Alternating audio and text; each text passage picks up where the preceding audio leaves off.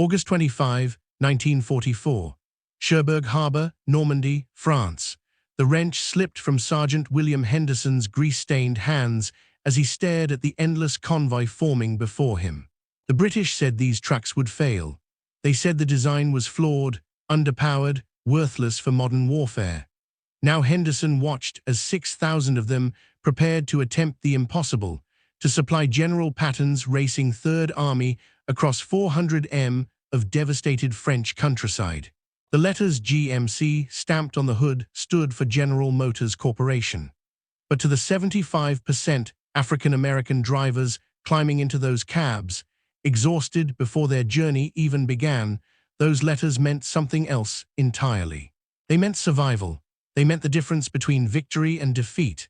They meant the lifeline that would keep Allied armies pushing toward Germany.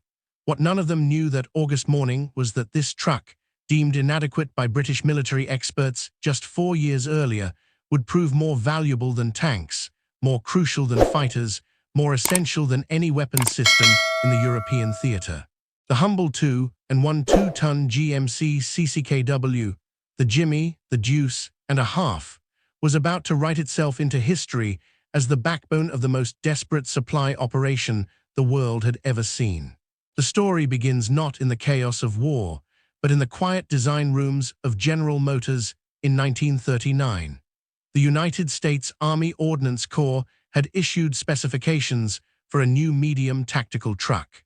They needed a 2 and 1 2-ton load-rated vehicle with 6-wheel drive capability, able to operate off-road in any weather condition. The requirement seemed straightforward. The solution would prove anything but. General Motors Truck and Coach Division, operating from their Pontiac, Michigan facility, approached the problem with modified commercial truck components. They took their existing X-Series truck design and made critical modifications. A second rear axle for improved traction and load distribution, all-wheel drive for off-road capability, strengthened frame rails to handle military loads. The result was designated ACKWX 353, the predecessor to what would become the CCKW. The initial design utilized a GMC 248 cubic inch inline 6-cylinder engine, producing just 77 horsepower. The trucks weighed 98.56 lb empty and measured 264 in long, 94.5 in wide, and 118 in tall. By commercial standards, they were adequate. By military standards, they were questionable. France placed an order for 1,000 of these experimental 6x6 trucks in late 1939. Production began at Yellow Truck and Coach Manufacturing Company's facilities. The trucks featured closed steel cabs, fixed bedsides, troop seats, and conventional styling that would not have looked out of place on civilian construction sites. They were, in essence, commercial trucks in military clothing. Then came the catastrophe that changed everything. German panzer divisions smashed through the Ardennes forest in May 1940, bypassing the Maginot Line and driving deep into France. The French army, despite having some of the most advanced tanks and fortifications in Europe, collapsed under the speed and coordination of German combined arms warfare. The British Expeditionary Force retreated to Dunkirk. France fell in 6 weeks. 2,000 of the ACKWX trucks had already been delivered to France. They were captured by German forces and would ironically serve the Wehrmacht on the Eastern Front, where German soldiers grudgingly admitted their reliability. The remaining order, along with additional units still being built, was diverted to Great Britain under emergency wartime contracts. The British Army took delivery of the ACKWX trucks in summer 1940 and immediately subjected them to rigorous testing. British military evaluators were not impressed. Their reports, preserved in military archives, were damning. The wheelbase was too long for European roads and trails. The trucks were difficult to maneuver in tight spaces. The 77-horsepower engine was underpowered for the vehicle's weight, especially when fully loaded. Acceleration was poor. Hill climbing ability was marginal. The trucks struggled in mud and soft terrain despite their 6-wheel drive. British Army officials concluded the ACKWX was unsuitable for modern mechanized warfare. They deemed the design fundamentally flawed. Rather than commit these trucks to combat use where British lives might depend on them, the War Office made a decision. They diverted approximately 1,000 units to the Soviet Union under Lend-Lease agreements in 1941. A total of 2466 ACKWX trucks were built across all recipients. The British rejection appeared to validate concerns that American truck manufacturers, accustomed to wide highways and gentle terrain, could not produce vehicles suitable for European warfare. General Motors engineers, strung by this assessment, went back to their drawing boards. The lessons from the ACKWX experience were clear. More power was needed, the chassis required refinement, the wheelbase needed options for different missions. But the fundamental concept, a 6x6 medium tactical truck built from commercial components for rapid mass production, remained sound. American engineers understood something their British colleagues had overlooked. This was not about building the perfect truck. This was about building adequate trucks in numbers that would overwhelm any enemy through sheer industrial capacity. In 1941, General Motors introduced the redesigned version designated CCKW.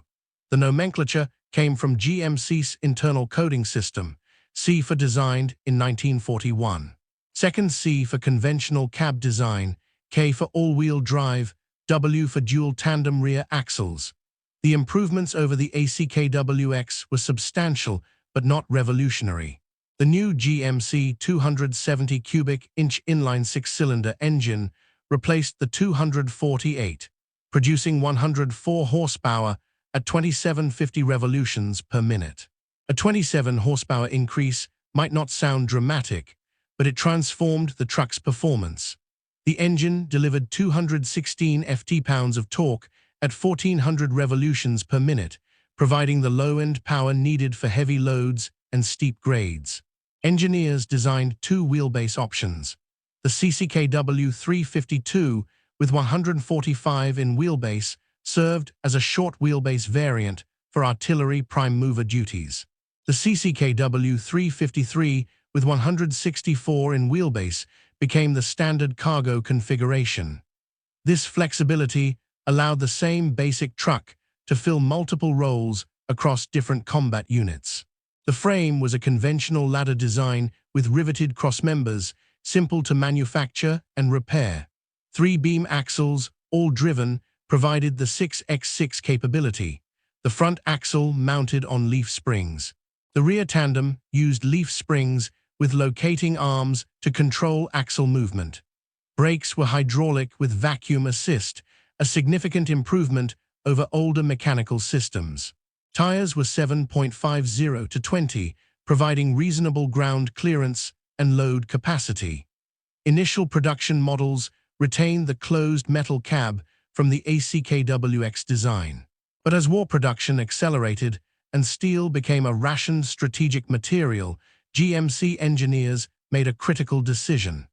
Beginning in July 1943, new CCKW trucks received open cabs with canvas tops and removable doors.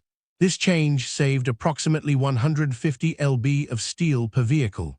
Multiply that by hundreds of thousands of trucks, and the steel savings became enough to build dozens of destroyers or hundreds of tanks. The cargo bed went through evolution driven by material constraints. Early trucks had all-steel beds, which proved heavy. Wooden beds replaced them, but warped and cracked under military loads. A composite design with steel framing and wooden floor slats still proved inadequate. The final design returned to simplified all-steel construction that reduced material waste while maintaining durability. What emerged was a truck that prioritized simplicity, reliability, and ease of mass production over performance. The CCKW would never win races. It would never impress engineers with sophisticated technology. But it could be built in enormous numbers by semi-skilled workers using available materials.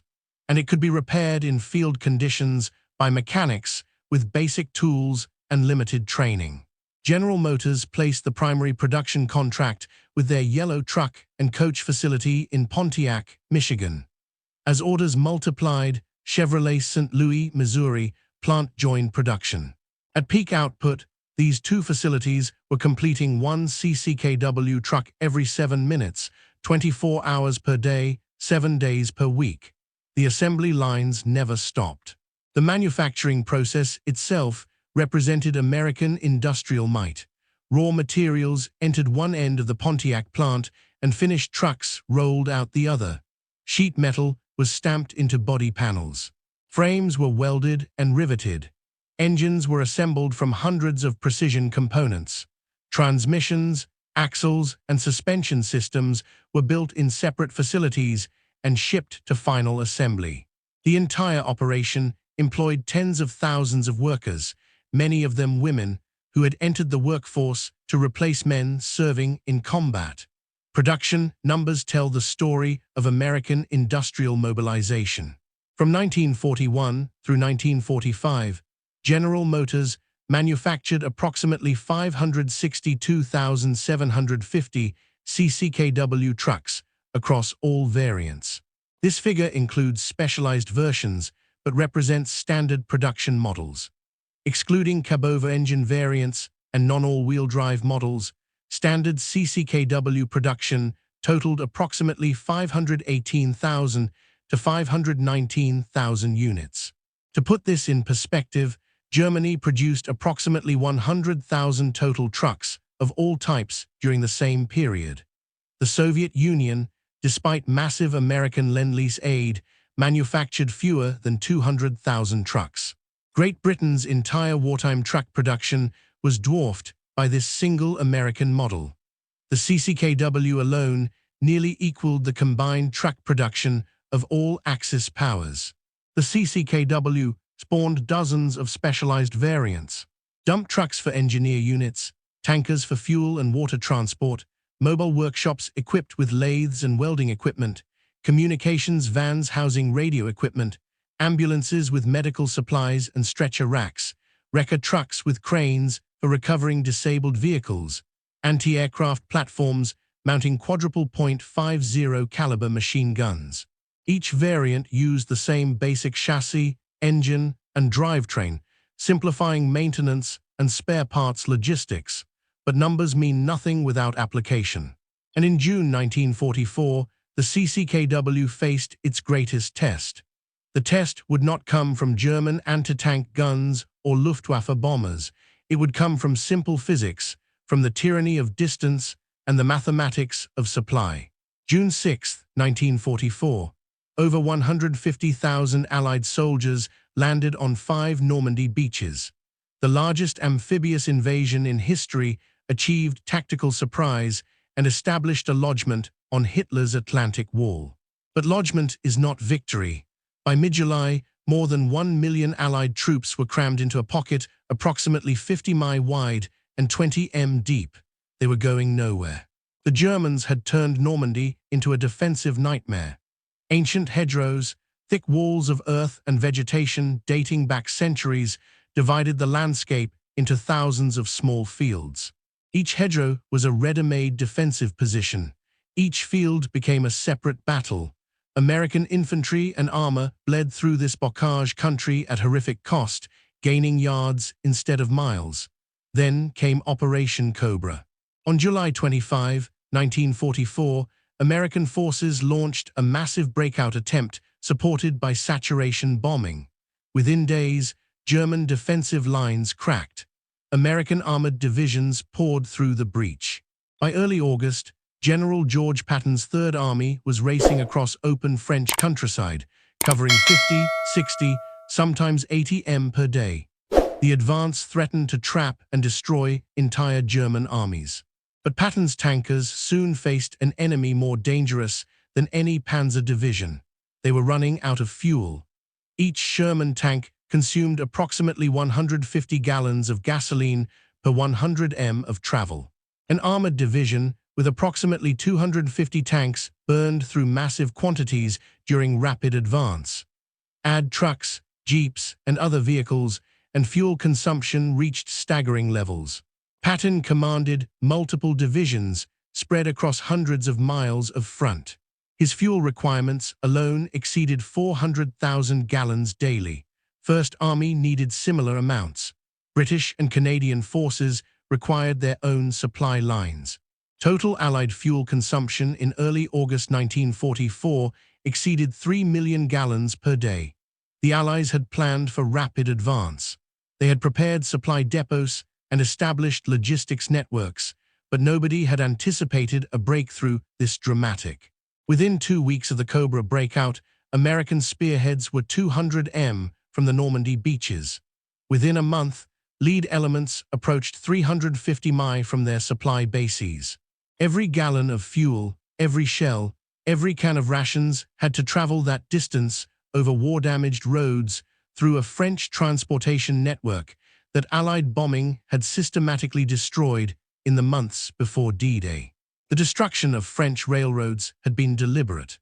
To prevent German reinforcements from reaching the invasion beaches, Allied air forces had spent April, May, and June 1944 systematically bombing every railroad yard, bridge, and marshalling center within 200 m of Normandy. The campaign succeeded brilliantly.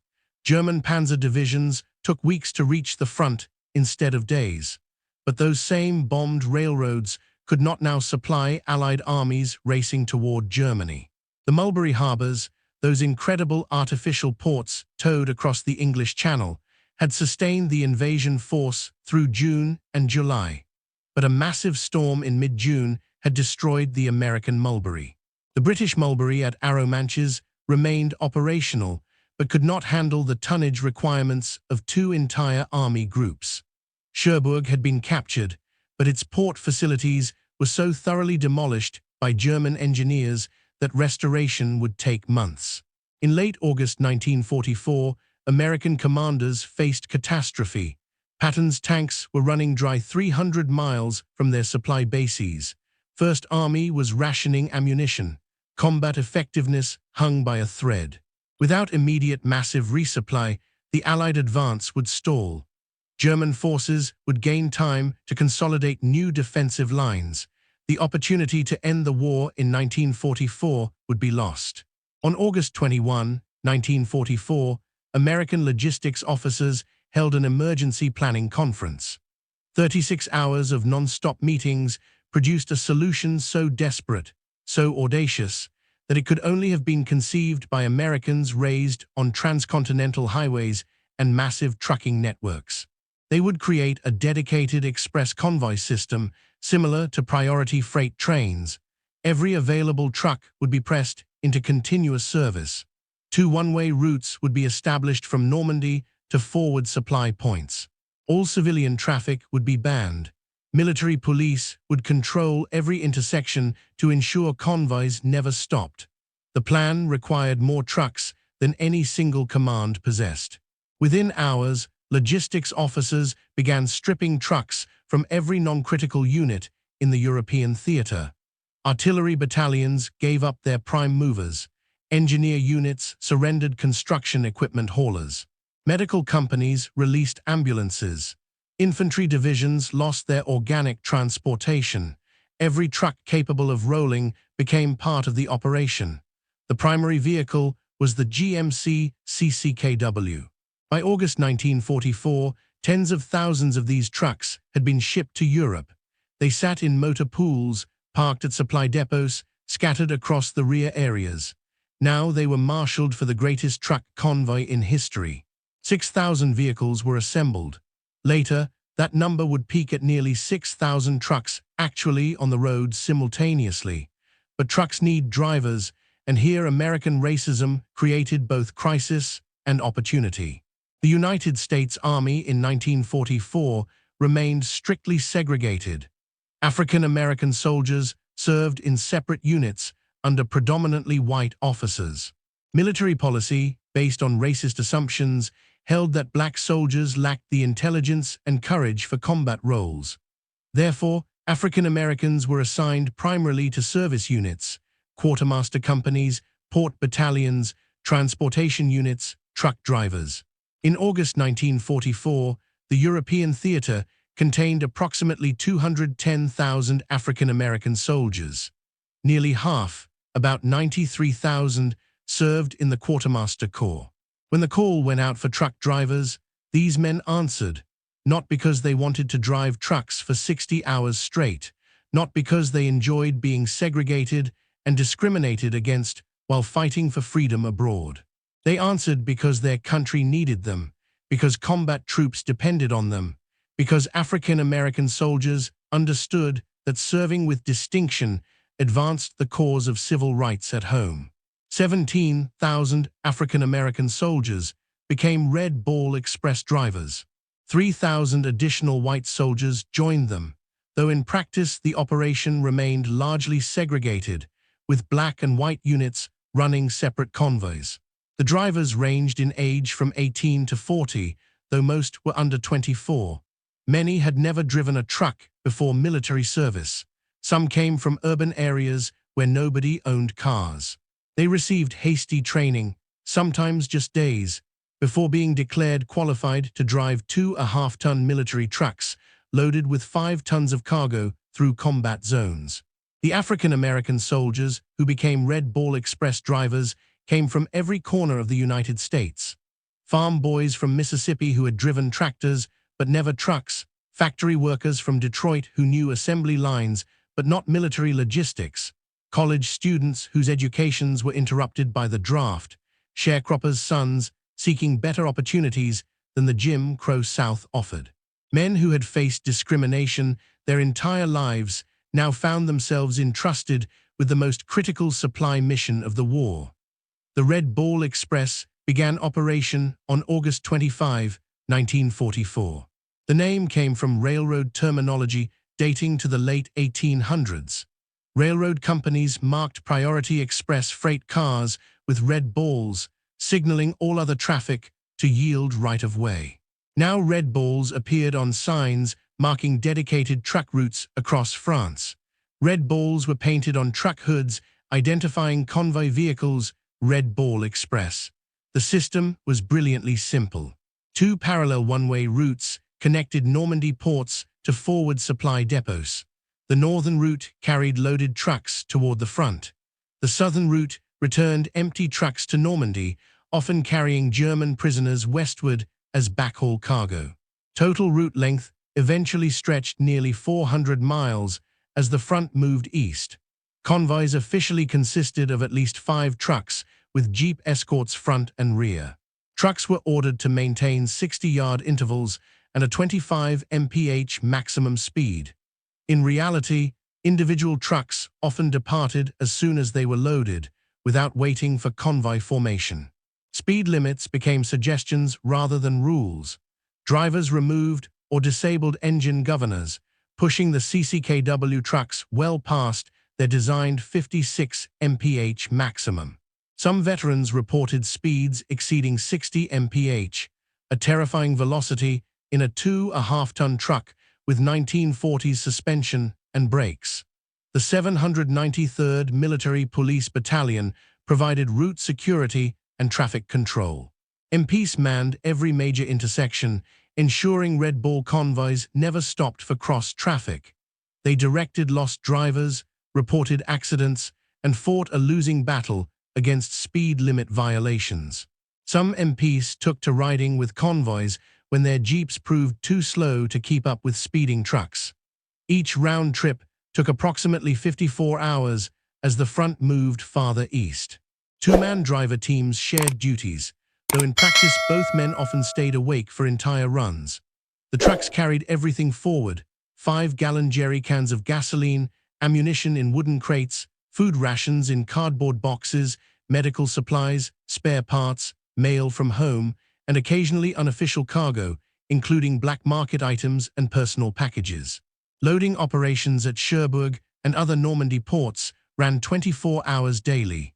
Stevedores, many of them also African-American, worked with brutal efficiency.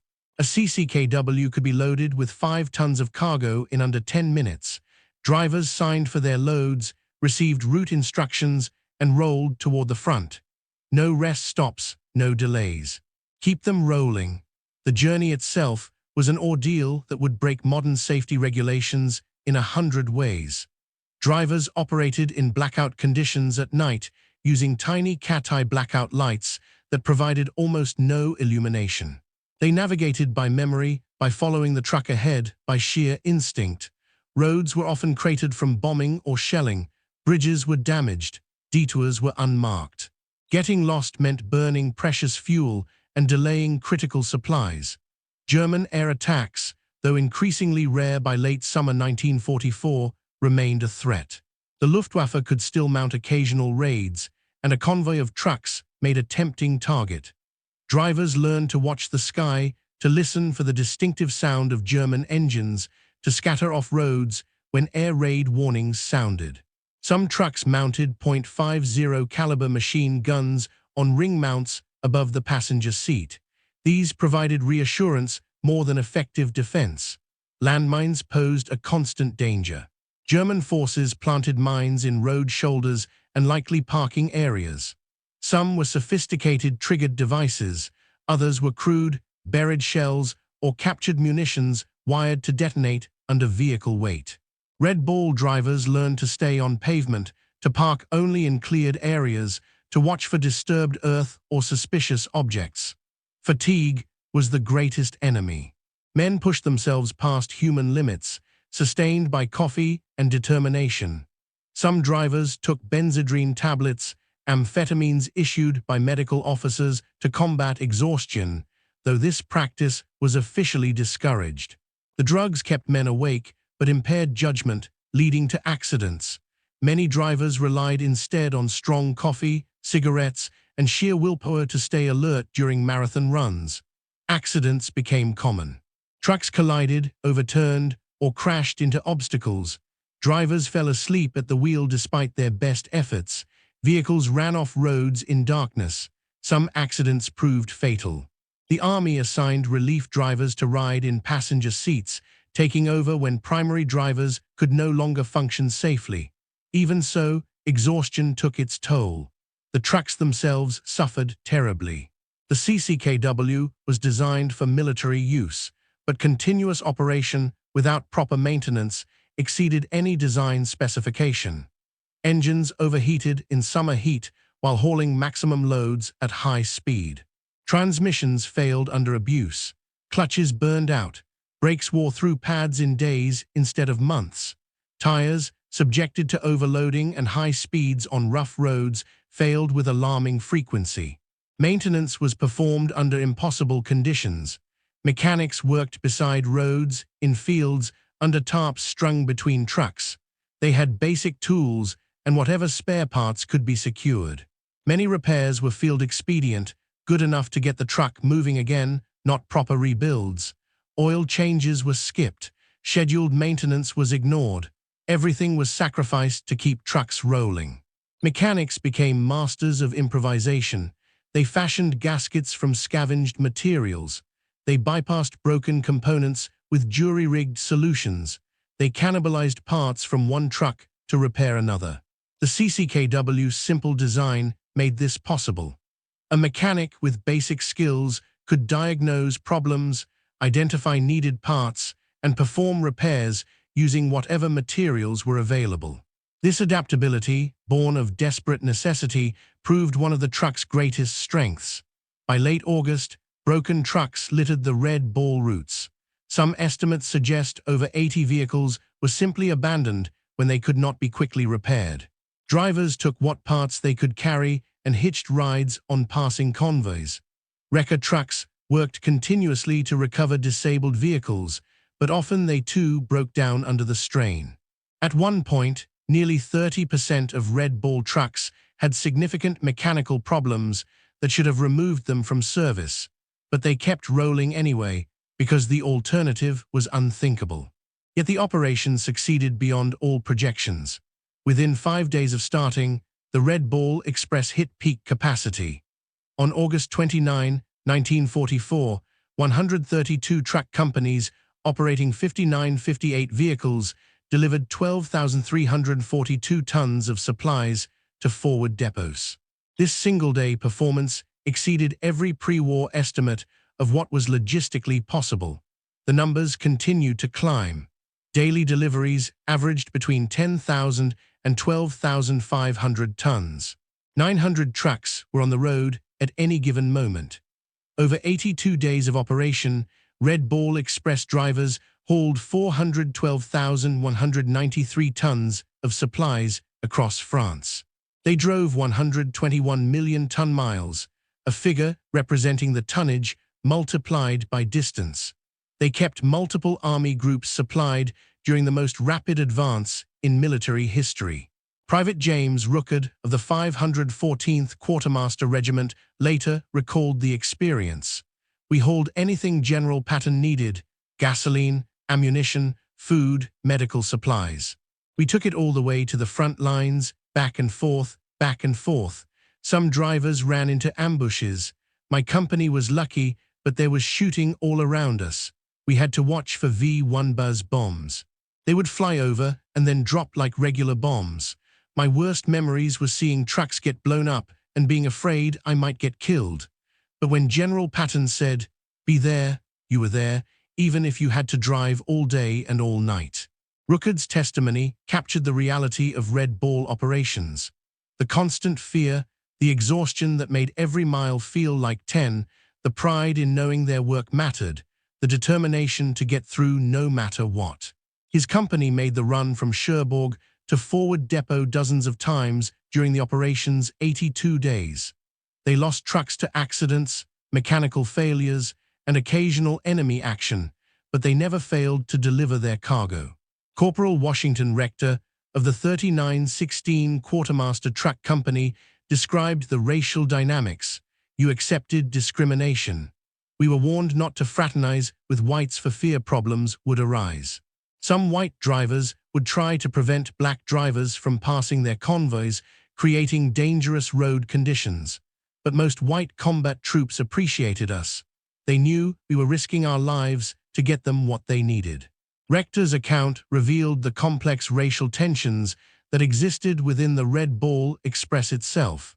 Black and white units often operated separately. When they did interact, discrimination sometimes manifested in petty ways. White MPs might stop black drivers more frequently. White mess facilities might serve black drivers last. White drivers might refuse to help black drivers with mechanical problems. Yet on the roads, when German shells fell or when a truck broke down far from help, race often mattered less than survival. Black and white drivers sometimes helped each other despite official segregation policies. The trucks themselves became legendary among drivers.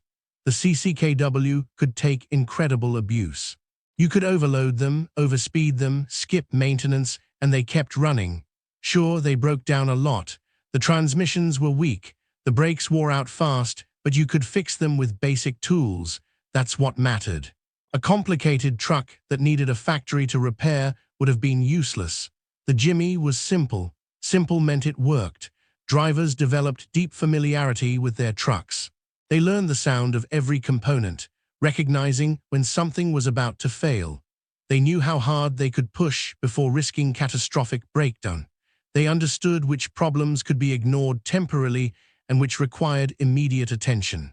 This intimate knowledge came from spending days and nights behind the wheel, from performing their own repairs, from pushing the vehicles to their absolute limits and beyond. By September 1944, the Red Ball Express was delivering supplies to depots 350 miles from Normandy. The logistics became increasingly complex. Longer distances meant lower daily tonnage per truck. More trucks broke down from extended operation. Driver fatigue became critical. The French railroad system, which Allied engineers worked frantically to repair, remained largely inoperative. New ports, especially Antwerp in Belgium, were still in German hands or too damaged to use. The strain showed in every aspect of the operation. Accident rates climbed. Some convoys were ambushed by bypassed German units still fighting in isolated pockets. Theft became a problem as valuable cargo disappeared from trucks parked at rest stops. Gasoline, cigarettes, and food rations found their way onto black markets in liberated French cities. Some stolen goods appeared on black markets in Paris and other cities. Drivers and cargo handlers faced accusations, often unfounded, contributing to racial tensions. Military police investigated numerous incidents, but rarely recovered stolen materials. Yet the trucks kept rolling because the alternative was unthinkable. General Patton's Third Army, the spearhead of the Allied advance, consumed supplies faster than any military formation in history. His tankers were engaged in nearly continuous combat, expending ammunition at rates that shocked supply officers. Each tank engagement could burn through a full combat load, requiring immediate resupply. Patton's aggressive tactics generated results, destroyed German divisions, and captured territory, but only because the Red Ball Express kept his forces fueled and armed. Patton himself recognized the operation's importance. Though famous for bold armored tactics, he understood that logistics enabled everything. His tanks were worthless without fuel, his artillery silent without shells, his infantry ineffective without food and ammunition. The Red Ball Express made his rapid advance possible. Without it, Third Army would have ground to a halt within weeks of the breakout, giving German forces time to establish new defensive lines that might have prolonged the war for months or years. General Dwight Eisenhower, Supreme Allied Commander, recognized the operation's importance. In an October message to Red Ball Express personnel, he wrote, "To you drivers and mechanics, and your officers who keep the Red Ball vehicles constantly moving, I wish to express my deep appreciation. You are doing an excellent job." Eisenhower understood military logistics better than most commanders. His experience planning Operation Torch in North Africa had taught him that supply determined what operations were possible. No amount of tactical brilliance could overcome logistical failure. The Red Ball Express represented logistics at its most basic and essential. Trucks, drivers, roads, nothing sophisticated, nothing glamorous, but absolutely vital. Eisenhower's public recognition of the driver's contribution was unusual for the era and reflected his genuine appreciation for unglamorous but critical work. The contrast with German logistics was stark and telling. The Wehrmacht, despite its reputation as a modern mechanized force, relied heavily on horse-drawn transport. Germany employed more than 2.8 million horses during World War II to move supplies and equipment. German truck production was limited by steel shortages, fuel constraints, and manufacturing capacity devoted to weapons. When German mechanized units advanced, they frequently outran their logistics, a problem that contributed to defeats in Russia and North Africa. German forces in France in 1944 faced a logistical nightmare. Allied air superiority made daylight movement nearly impossible. French resistance sabotaged rail lines and ambushed supply convoys. The Wehrmacht's horse-drawn supply system, adequate for set-piece defensive operations, could not support mobile warfare. German units often fought with ammunition shortages, inadequate food supplies, and chronic fuel deficiencies. Captured German soldiers told interrogators that American logistical superiority was as demoralizing as American firepower superiority. By mid-November 1944, the strategic situation had changed sufficiently to allow the Red Ball Express to stand down. Antwerp's port facilities were finally cleared of German demolitions and opened to Allied shipping. The shorter supply line from Antwerp to the front reduced trucking distances dramatically. French railroads, repaired by American and British engineers, began operating on limited schedules. Portable gasoline pipelines laid across France started delivering fuel directly to forward depots. On November 16, 1944, the Red Ball Express officially ended operations after 82 days. The drivers, many of them more exhausted than they had ever been in their lives, returned to their original units. Some continued in other supply operations. Others transferred to combat roles as the Army, desperate for infantry replacements, began accepting African-American volunteers for frontline service. The final statistics told a story of achievement that military planners still study: 412,193 tons delivered, 6,000 trucks at peak operation, 23,000 drivers and support personnel, 75% African American, an average of 900 vehicles on the road simultaneously. Distances covered up to 400 miles one way, operating continuously for 82 days without pause. But the real story was the truck, the GMC CCKW. Dismissed by British experts as inadequate, it proved itself the most valuable tactical vehicle of World War II. Its simplicity, the very characteristic that made it seem inferior, was its greatest strength. Drivers could repair CCKWs with basic tools. Mechanics could keep them running with improvised parts. The trucks could be abused, overloaded, and neglected, yet they continued functioning. The CCKW's reliability under abuse became legendary.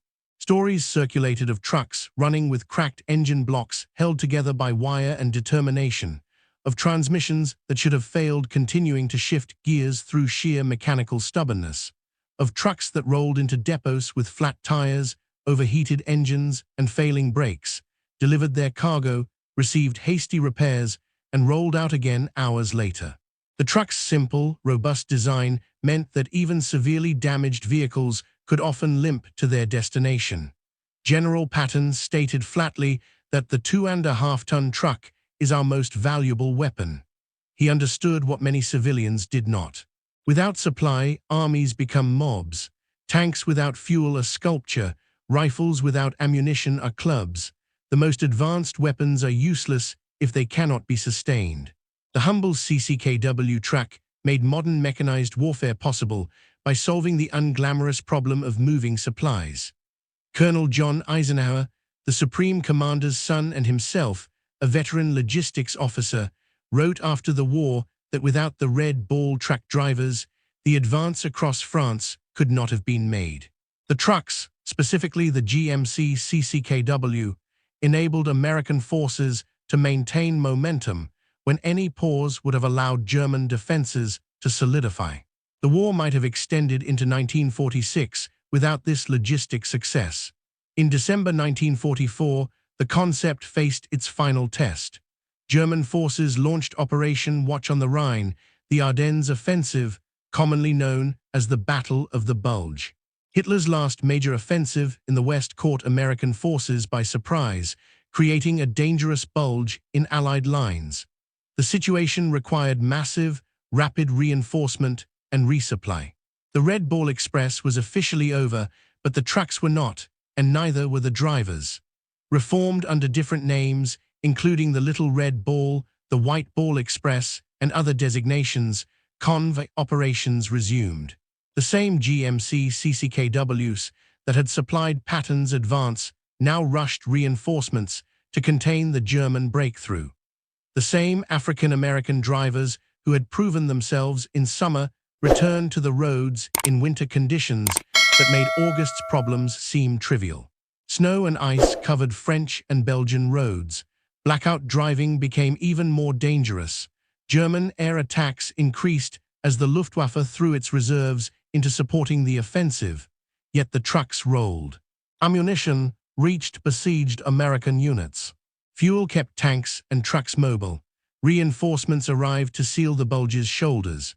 The Battle of the Bulge was won by combat troops in desperate fights, but it was sustained by truck drivers who kept supply lines open in the worst winter weather Europe had seen in decades. Winter operations revealed new challenges. Engines froze overnight and had to be thawed before starting. Ice on roads made speed limits meaningless as trucks slid regardless of driver skill. Snowdrifts blocked routes, requiring hours of digging to clear passage. Frostbite became a constant danger for drivers in open-cab trucks with minimal heat. Yet the supply convoys continued, proving that the logistics system developed during the Red Ball Express could adapt to any conditions. After Germany's surrender in May 1945, the CCKW continued serving. Trucks that had crossed France in 1944 now occupied Germany. They hauled displaced persons to refugee camps. They distributed food to starving civilian populations. They transporting occupation troops across the defeated Reich. Some were shipped to the Pacific Theater, where they served in the Philippines and Okinawa campaigns. Production continued until 1945. By war's end, General Motors had built more CCKW trucks than Germany built vehicles of all types combined. The total production, approximately 562,750 units, exceeded the entire pre-war truck inventory of most nations. These trucks served not just America, but supplied to Allied forces worldwide through Lend-Lease. British, French, Soviet, and Canadian armies all operated GMC CCKWs. The truck's simplicity translated to remarkable longevity. CCKWs remained in active American military service through the 1960s. The design was succeeded by the M35 series trucks in the 1950s, but older CCKWs continued in National Guard and reserve units for years after. Many were sold as surplus to foreign militaries, where they served into the 1970s and 80s. Some remain operational today in the hands of collectors and museums. The Red Bull Express drivers, particularly the African-American majority, received recognition slowly and incompletely. The operation was publicized during the war, featured in newsreels and magazine articles. But the racial dimension was often downplayed or ignored in media intended for segregated American audiences. The 1952 film Red Bull Express, while acknowledging African-American participation, was modified at Department of Defense insistence to show racial integration that did not exist in 1944. Many Red Bull veterans returned to an America still deeply segregated. Men who had risked their lives supplying the fight against fascism faced discrimination in housing, employment, and civil rights. Some used GI Bill benefits to obtain education and home loans, though even these benefits were often harder to access for African Americans. Banks refused loans, universities imposed quotas. Employers passed over qualified black veterans for white applicants. Others found their military service dismissed or forgotten, but the story endured. In the 1980s and 90s, historians began fuller accounting of Red Bull Express operations. Veteran testimonies were recorded and preserved. Museums created exhibits documenting the convoy system and the soldiers who made it work. The National World War II Museum in New Orleans features extensive Red Bull Express materials, including restored GMC CCKW trucks and personal accounts from drivers. James Ruckert, who served with the 514th Quartermaster Regiment, told reporters years later, "I'm proud I served. We were young, we were scared, but we did what needed doing." A lot of white folks didn't think black soldiers could handle responsibility. We proved them wrong. Every supply run that reached the front line on time, that was us proving we deserved respect. That was us fighting for freedom, foreign and domestic. Ruckert's words captured the double consciousness of African-American World War II veterans. They fought for American victory while knowing America denied them full citizenship. They risked their lives for a nation that segregated them, discriminated against them, and often refused to recognize their contributions. Yet they served with distinction, understanding that their performance under fire advanced the broader struggle for civil rights. The Red Bull Express became one more chapter in the long story of African Americans proving their worth to a skeptical nation. The technical lessons from Red Bull Express operations influenced American military logistics for decades. The concept of continuous supply convoys, dedicated routes with priority traffic control, and massive trucking operations became standard doctrine. During the Korean War, similar convoying systems supplied United Nations forces in Vietnam. Despite different terrain and tactical situations, truck convoys remained crucial to American operations. Modern military logistics still studies Red Bull Express planning and execution. The GMC CCKW design influenced post-war truck development globally. Its 6 X6 configuration became standard for military medium tactical trucks. The concept of using mass-produced, easily maintained vehicles rather than specialized military designs became accepted practice. Countries around the world copied or adapted CCKW features in their own military truck programs. Soviet designers, who received thousands of CCKWs through Lend-Lease, studied the trucks carefully. Post-war Soviet military trucks, including the ZIL series, showed clear CCKW influence in layout and capability. The Soviets understood that the CCKW's greatest feature was not any single technical specification, but the entire package of adequate performance, simple maintenance, and massive availability. Modern military vehicles are far more sophisticated than the CCKW. They have computers, automatic transmissions, central tire inflation systems, and armor protection. But they still face the same fundamental challenge: how to move supplies reliably under combat conditions while remaining simple enough for field maintenance. Every military truck designer since 1945 has worked in the shadow of the CCKW, trying to match its combination of capability and simplicity. The CCKW proved that excellence in military equipment is not always about having the best specifications. The British were correct that the ACKWX was underpowered and had handling limitations, but they were wrong about what mattered. In total war, adequate vehicles produced in overwhelming numbers defeat superior vehicles produced in limited quantities. Trucks that mechanics can repair with basic tools outperform trucks that need specialized equipment and factory support. Simplicity is its own form of sophistication. The British Army, which rejected the ACKWX in 1940, eventually operated thousands of CCKWs supplied through Lend-Lease. British drivers came to appreciate the same characteristics their evaluators had criticized. The long wheelbase that seemed awkward on narrow European roads provided excellent stability for heavy loads. The engine that seemed underpowered proved adequately strong and remarkably reliable. The simple design meant British mechanics trained on complex vehicles requiring precision maintenance could keep CCKWs running with whatever tools and parts were available. A British transport officer wrote in his after-action report that the American trucks, initially dismissed as crude, proved superior in sustained operations to British vehicles that required more sophisticated maintenance. The CCKW's ability to continue functioning despite neglect and abuse made it ideal for the chaos of combat logistics. British units learned to prefer CCKWs over their own trucks for long hauls under difficult conditions. The story of the GMC, CCKW, and the Red Ball Express is ultimately a story about what wins wars. Not the most advanced technology, not the most impressive specifications, not the vehicles that look best in promotional photographs or official demonstrations. What wins wars is reliable equipment produced in quantities that overwhelm the enemy, operated by determined people who understand their mission matters. The CCKW was not the best truck of World War II.